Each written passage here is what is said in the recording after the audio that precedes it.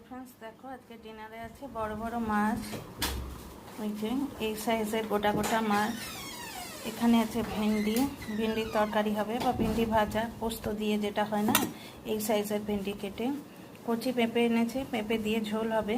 এনেছে গোটা 10 এইরকম প্যাকেট সরষের তেলের প্যাকেট, আর তোমার ওই ফরচুনের প্যাকেট, মানে সয়াবিন অয়েল, সোয়া হেলথি তো, হ্যাঁ, মানে রিফাইন অয়েল আর তোমার সর্ষের তেল, যেটা পেয়েছে সেটা নিয়ে এসছে। তো যতগুলো ফ্রিজে ধরেছে তুলে দিয়েছি, আর কিছু ফ্রিজে ধরেনি, সেগুলো আমায় ঢেলে রাখতে হবে। এখন আছে ভেন্ডি আর একদম টাটকা কচি পেঁপে, যেটা লিভারের পক্ষে খুবই ভালো, আমাদের এখানে রেয়ার পাওয়া গেছে তাই নিয়ে এসছে।